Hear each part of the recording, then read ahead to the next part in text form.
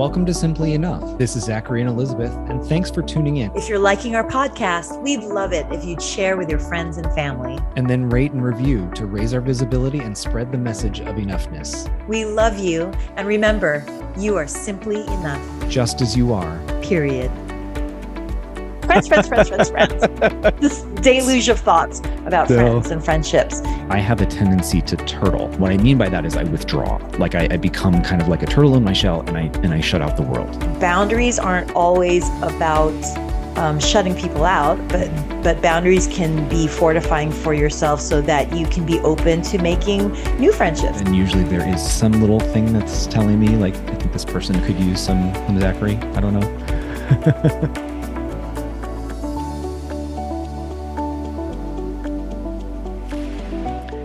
Hello, everybody, and welcome to Simply Enough. I'm Mr. Zachary Leonard. And I'm Elizabeth Ignacio. And Zachary, have you ever seen the show, what is it? That 70s show? Uh-huh. I have not, but you have? Like so pieces of it. Wasn't a big fan. Yeah, so yeah. Yeah, I myself, I haven't watched like a single second of it, but back in the day, you know, our young listeners won't even know what I'm talking about. Back in the day, there's this show called That 70s Show, and that was actually the launching pad for many a kind of major actor or actress now. So who else? Ashton Kutcher, Mila Kunis, who they're now married to each other. I think his name is Topher Grace or something like that, like short for Christopher, I think. So Topher Grace. And I think his name is Danny Masterson. Yeah. So funny that I'm mentioning all of these names and I haven't even seen the show, but I bring it up because it was kind of like a seminal show for these people to launch their careers.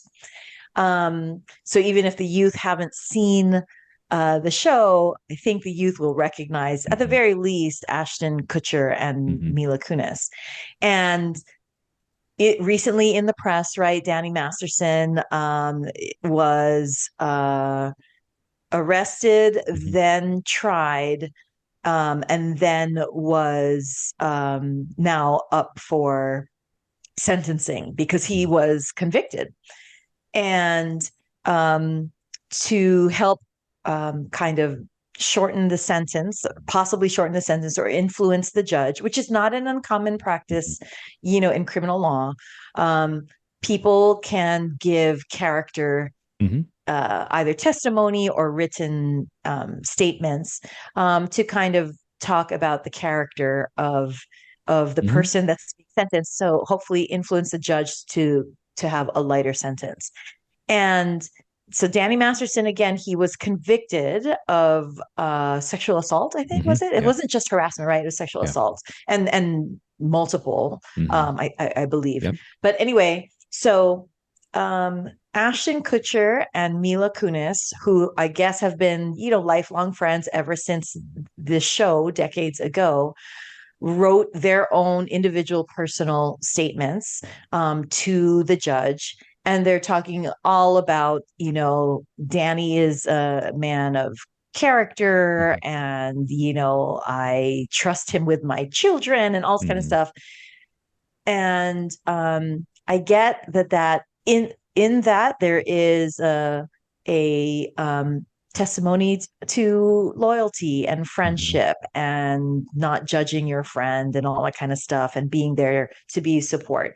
So I see that side of it, but I also, as many do, and that's why this is kind of like big in the pop culture news, many see it as, what the hell, you're supporting this, you know, rapist and, you know, you're actors, who the hell cares what you think and that kind of stuff. So there's a lot of backlash to the point, I believe they even actually issued statements or apologies for it. I didn't see it. I'm not even going to comment on like how real or how postured the apology is. But anyway, there's all of this brouhaha of that. And then in the background, there's a little kind of subheading of a subject, which is, they were all the cool kids on the set. And Topher Grace, who, again, I don't really know him as an actor, but I mean, I recognize him when I see his face or pictures of him. But Topher Grace back in the day during the heyday of the 70s show, and Ashton and Danny and Mila Kunis were all the cool kids, Topher Grace was almost vilified. Like, I guess it was known that he wouldn't stay on set. He didn't hang out with them after hours. So he must have been snobby or stuck up, or, who does he think he is? He thinks he's better than them, or he's the nerd. He's the geek. What a prude. What a loser. He's not with the cool kids. And now there's, with all of this coming to the forefront, there's a little subtle subheading of, oh, well, look at him now. Perhaps that's why he didn't hang with them, that he is just a person of a different character. And he knew that from the get-go, that just wasn't his crowd and that wasn't his thing, the way that they partied or whatever. Now he looks like he's, coming up smelling like roses. And to his credit, from my understanding, I mean, in my brief like Google search, he hasn't even commented. So he hasn't like come out to be like, yeah, I'm vindicated, see you guys, you loser, like nothing. He's just taking the high road. I imagine, and I'm projecting on him, but I imagine that was the same character that he was as a person, in terms of taking the high road, or not even the high road as if he's being judgmental. He just knows who he is. He knows in knowing who he is, he knows the people that resonate with him and the people that he wants to hang out with. And so he is who he was then, and he's the same person who he is now. And how ironic that he's vilified for not hanging with them, and now he's honored for sticking with who he thinks he is and who he wants to hang out with and who he doesn't want to hang out with. And that kind of subtle subheading just really resonates with me, because I wasn't the cool kid at all. Like, wasn't invited to parties, didn't have the prom date. I was the nerd. Though I was friends with the cheerleaders, who are actually my friends now, but back then in high school, and how high school can be, I sat at the same senior bench with my cheerleading teammates. But I just never quite felt a part of it. And it just, I don't know, almost like triggered my feelings of like the cool kids, and who are you? And there's this saying of, you are the sum or of the average of the 5 people that you surround yourself with. So, choose who you surround yourself with. This is a long intro. Sorry, everybody. Sorry, Zachary. But it just like, it's just this like perfect storm of thoughts about friends, friendship, who you surround yourself with, your intimate inner circle of friends, your social but not intimate inner circle of friends, and then the general public. There's almost stratification, as we've talked about in previous episodes, of friends and how you show up with certain friends, or how one shows up with certain friends, and friends. Right. I'm just going to shut up right now. I'm just going to say that friends. This deluge of thoughts about friends and friendships. I have a couple. I have a couple connections, if you don't mind. The first was, I was not, similar to you, I was not a cool kid by any means. I went to an all-boys Catholic high school. I did theater, and I was in a lot of the college and AP courses. I mean, talk about like layers upon layers of nerddom, like, and particularly this was a very bro-y school. Football was supreme, and then, basketball and baseball. And if you were not an athlete, then it didn't always go well for you. So just when you talked about like, the cool kids, like I had an immediate reaction of like, I was definitely not one of those kids. And even when I went to college, I would say I knew a lot of people. And as I would walk and say hi to people, I think you would get the impression that I was quote unquote a cool kid, when I really wasn't. I just was friendly and knew a bunch of people. But I remember that feeling of recognizing that there was a friendship hierarchy, or like a social hierarchy in school. But then also, to your point about Topher, I also recognized that there were kids that I did not want to be friends with. And there was part of me, for whatever reason, that felt like, this is just not a person or a group that I really wanted to connect with. And luckily enough, I followed those instincts and kind of like Topher. And whether or not, I mean, I've heard of stories of a couple kids in particular who really found trouble much later. I didn't, quote, need anything down the road to substantiate those feelings. Like, this is maybe just not one of my people.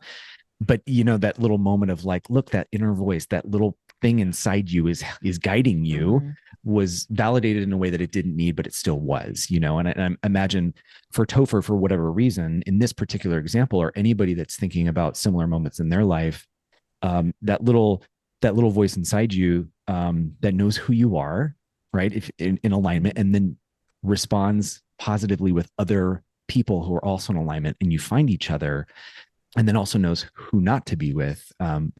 That's a pretty powerful voice. And it's one that I don't always listen to. So that was the first thought that I had. It's also interesting you bring this up, because I recently went to a therapy appointment, and I was talking to my therapist about how I have a tendency to turtle. There are all sorts of reasons why I turtle. And what I mean by that is I withdraw. Like I become kind of like a turtle in my shell, and I shut out the world. And, talking about like why that happened in relationship to childhood, et cetera, the therapist was really going through that. But the exercise that the therapist gave me is kind of connected with what you are bringing up today, which was an identification of who are in my inner circle, and thinking about who are in my inner circle, and really being focused about the 4 or 5 people that truly, if you have people in your life who are your ride or dies, then you look at how much time, in terms of actually allotment of time, you are giving to people that are in the next ring out of that versus the next ring out of that. And then compared to how much time you are giving for the people that are in the inner circle. And if there's an imbalance in the amount of time as you move progressively outside of your circle, then it's a moment for reflection. So meaning, okay, Elizabeth, I'm sure listeners, Elizabeth is definitely in my inner circle. Okay. But if I'm spending so much more time with people that I would say are just, deal friends, and not with Elizabeth, it's just a point of reference and looking at, is there something amiss in the amount of time I want to spend with Elizabeth, what time she has, we have, et cetera. It doesn't mean there's something wrong. It just means there's an opportunity to kind of check in and see. But the second thing that I think is critical and connects with what you're also talking about is sometimes our inner circle, because we are also in it, we benefit from understanding how other people see our relationships, particularly if we're in that inner circle. So what I mean by that is, so let's say it's me and Elizabeth, right? We've got this like bond, we're like connected, which is true, we are. But maybe because we're so in it, somebody else in my inner circle, somebody I'm really close with, sees that there's some unhealthy parts of that relationship that I can't see. Now, my relationship with Elizabeth is my relationship with Elizabeth, and that can exist, but at the same time can coexist. Let's say Elizabeth has some behaviors or patterns that could be destructive in other areas of her life, okay, that I may miss. In this case, like Danny. Okay, so Mila and Ashton's relationship with Danny could be this wonderful thing, but Danny has this whole other life, this whole other stuff that's going on that Mila and Ashton wouldn't necessarily see, but maybe somebody else in the inner circle sees. And taking into consideration, again, that's just data points for somebody to know, does that influence your ability to see and then decide who is in your inner circle or not? So this exercise that my therapist was helping me go through was not only an identification of who's my inner circle, but are there ways in which I can see clearly that relationship to then either preserve somebody in there or maybe move them one circle out? Does that make sense? Totally. It absolutely makes sense. I mean, I think life anyway, in general, is about, assessment and reassessment. Like there are very few things I think that are written in stone and static. And it's interesting that you say that in terms of the inner circle and assessing and reassessing, because sometimes also we kind of can take for granted or be taken for Mm-hmm. granted. So one can either be the subject of it or the object of it in terms of being taken for granted. That, well, we've been lifelong friends, Mm-hmm. so you're always going to be around for me. Or we're lifelong friends, so I don't really have to show up for you because we've got Mm-hmm. this history. And that is not the true investment of a persistently involving relationship and persistently involving friendship. There's another saying of, I think it's, don't confuse the people who are always around you for the people who will be there for you. That's exactly it. So yeah.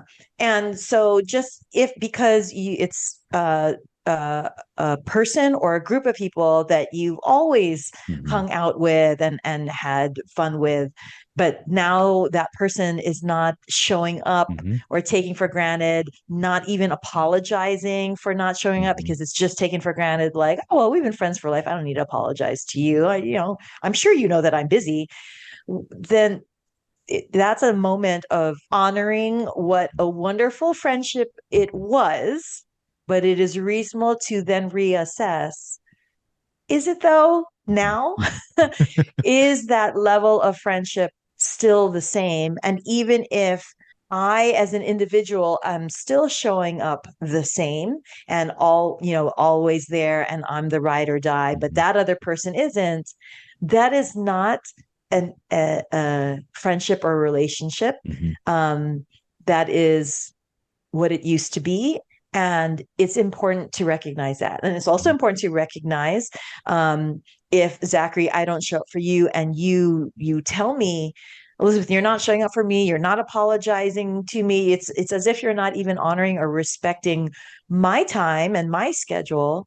Then it's up to me, if I truly value the friendship, to receive those comments, evaluate those comments, and show up differently if I'm short. Mm-hmm. That's true friendship.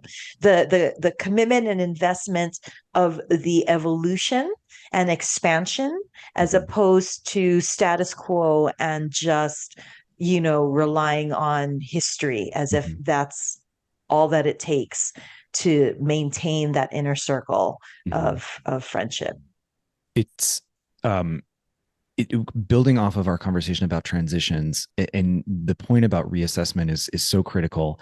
If I can just echo what you're saying, when my therapist was going through this with me, there was an acknowledgement of maybe my inner circle in Hawaii is now different than my inner circle, and that in no way lessens the power of those relationships. It's just the circumstances change, and some people may move, or some people may, the ebbs and flows of life that we talked about. You don't have to be a friend forever to have, like, people come into each other's lives. We come into each other's lives, and I, as somebody who's fiercely loyal to his friends, and almost erroneously links like true friendship with forever, it was such a great exercise.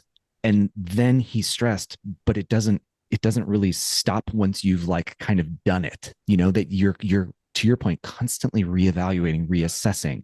And the other thing that he stressed, which I thought was really critical, was it actually is an assessment about me at the same time, where I'm at in my life and the people that are serving me versus, and then who I'm serving. And so if I can just stress exactly what you're saying, that the iterative process of this is as much about seeing who's around you as it is seeing yourself at the same time. Boundaries aren't always about shutting people out, but Mm-hmm. boundaries can be fortifying for yourself so that you can be open to making new friendships. And you might be surprised who from the second circle you actually resonate with more in the season of life, and so that person comes into the inner circle. I mean, it's an evolution. Mm-hmm. And I hesitate a little bit, even with, though I used it in this episode, and you did as well. I hesitate with the ride or Yeah. die, because there is such assumption Mm-hmm. in that classification of a friend. And when one starts assuming, that's how one can take for granted somebody Mm-hmm. else or be taken for granted by somebody else. Mm-hmm. So I totally get the catchphrase. I use that catchphrase too in terms of my friends. But now that we're kind of hunkering down in this Yeah. conversation of inner circle of friends, the next circle of friends, and then, social acquaintances. I think a constant check in with oneself and the constant check in with the choices of who is in which circle matters. And there is no like stamp of ride or die permanently. Mm-hmm. Absolutely. It's funny you said as soon as I said it, I was like, I don't know how I feel about that phrase anymore, and building off of a previous episode where we talked about these little phrases that we just kind of internalize or say, but and then we actually like scratch the surface a little bit. We're like, oh, you're right. There are assumptions or implicit messages built into them. Um, I will share. I recognize that I am often taken for granted, and allow myself to be taken for granted, and find that, and I'll share an example in just a second, but I do find tremendous liberation in acknowledging that. And, Elizabeth, you have been helpful in this regard too, because sometimes I don't see it. And then sometimes, that part of me that's like friendship equals, that part of me that then fills in that sentence, prohibits me from acknowledging that a friendship can be human, and two humans are coming together, and things are going to happen. You're going to be angry at a friend, you're going to be mad, they're going to be angry at you, you're going to have these difficult conversations in which, like you said, you can say, you're not showing up for me, you're not, I need blank, and I need you to get that. Um so anyway, so let me share a quick story if you Well, don't can mind. I just add something? Yeah. Nor does it always have to be a declaration either. Sure.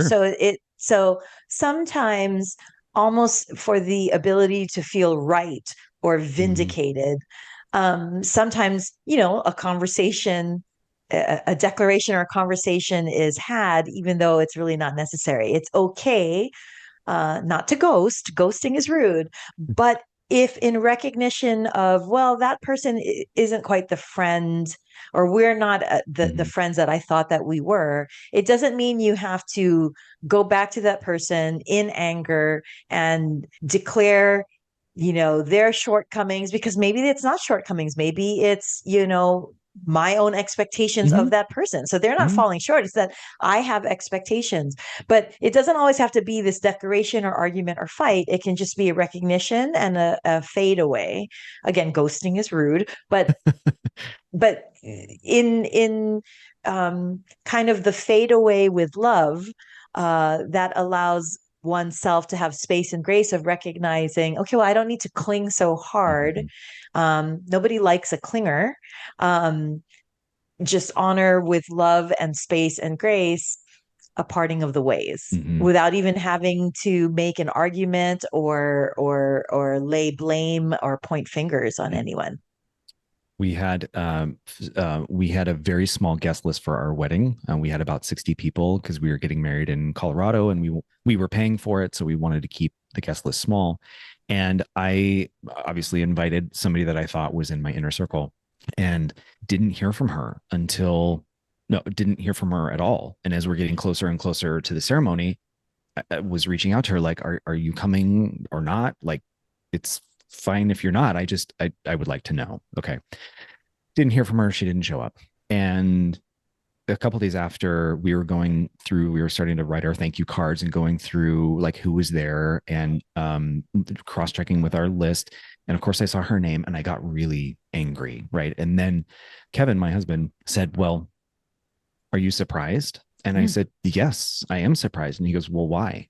And he really didn't mean it like combatively, but he Mm. could see that there had been many times leading up to this where I had needed something or asked for something, and she didn't show up for me. But if she needed something, I was there, and there was an imbalance there, and I was so quote in it that I didn't see that.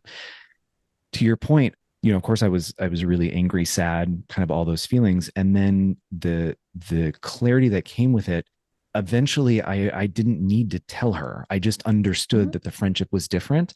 And so I don't know, a couple years after the wedding, she kind of popped back into my life like, hey, oh my gosh, we haven't talked to you in a while. And I didn't feel the need to bring it up. I didn't want to. And because now I understood where she was coming into the relationship, and I could come into the relationship differently in a way that put boundaries around my heart and who I was.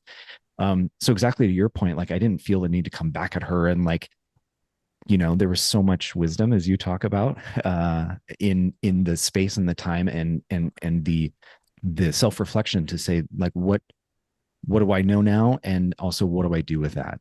So So what did you do? So yes, you did not argue with her, point mhm. fingers at her, guilt trip her. So you did not do that. What did you do as she's back in your life? Hey, how are things? I did what I wanted to do, which was I was I like her company when we're together or when we're on the phone. And so, when she messaged me, I would message her back, right? Because that's who I like to be. I like to be somebody that responds. But then, I didn't initiate anything and it wasn't necessarily a test. It's just I didn't really feel the need to. So and there were pleasantries like we should get together, we should spend time, and I'm like and it wasn't a no, but I was just like my schedule is quite complicated, let maybe that'll work out. It wasn't like I was lying, but it also was I was making it clear that I wasn't quite ready to engage in that way. So what I did was I was me, friendly, warm, but also like I knew where my boundaries were and I wasn't going to engage much more in the relationship like that seemed like she had wanted. Mm-hmm. Yeah. So she was in a different circle at this point. Mm-hmm. Yep. Yep. But to my therapist's point, I wasn't able to see that. And it was really Kevin that helped me see that the terms of the relationship, even though I had put her in the inner circle, were different for her than they were for me. And that perspective, even though she was the one that didn't show up to our wedding, etc., um, that little outside voice was helpful for me in seeing more clearly what was going on between us. Not knowing this person at Yeah. all, if her, for all she knows, her definition of what it takes or requires or what constitutes an inner circle friendship might be different than yours, not better or Mm-hmm. worse Yep. or more or less. It's just her definition of what an inner circle friendship is like could be different. And so it's not for her to vilify you, and it's not for you, and you're not one that does this anyway, but it's not for you to vilify her. It's more just a recognition of, oh, we're different Mm-hmm. and different definitions. And so neither is the bad guy, neither is the bad friend per se, because the idea of friendship might be different in each individual's minds. And so Mm-hmm. it's just not a meeting of the minds. Mm-hmm. Mm-hmm. In independent school world, they talk a lot about fit, and I feel like it's a phrase that's often like overused, but particularly with this activity of really identifying who is my inner circle, my therapist really did stress like it really is about fit. Does who you are as a friend, what and exactly what you're talking about, does that fit with another person? And if it doesn't fit, then that's just the way it is. Like we don't put on a pair of shoes that are way too big and say that these are terrible shoes because they don't fit and they really that they're just not the right fit for you. So I hadn't ever really thought about that as well, and was now reminded of a point that he brought up just because of what you said. So thank you for bringing that back for me. And then one step beyond that is Brene Brown's, like, one of her biggest things, vulnerability and shame. But the other thing that she talks about as a part of vulnerability and shame is fit Mm-hmm. versus belonging. And so belonging is just one step even beyond fit, in terms of there is an ease to it, that it is not even a contemplation. It is that much easier when you are belonging, as opposed to even trying on and fitting. Now that's the ideal. So Yeah. I realize that's semantics, but I did find that interesting. Her perspective of not just trying to fit. I mean, theoretically, I fit with my cheerleader friends in high Mm-hmm. school because we were cheerleaders together. We sat on the same senior benches, and so that was a fit, but I never really quite felt that I belonged. Mm-hmm. I also want to say in talking about evolution, that there can be an evolution of going back and it being even better. And the reason why I specifically say that is the friendships that I have with those very same cheerleader friends. There's a couple of them where my friendships are some of the deepest that I have now, but they are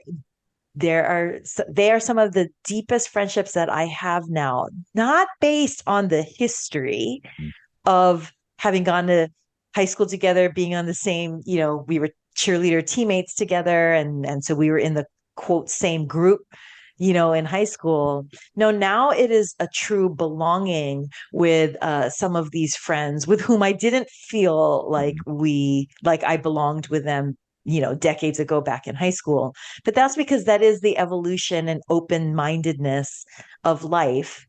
And how beautiful these deep sisterhood friendships I have with some of them, and I'm so grateful. But again, I have to reiterate, it's not based on the history that we had. It's where we are now and how we are showing up for each other now, that makes it a deeper and richer and different inner circle friendship than the outsider that I felt back in high school. Somebody that I went to college with, who I was very close with in college, I still believe this person is like one of my closest friends. We haven't talked in forever. Okay.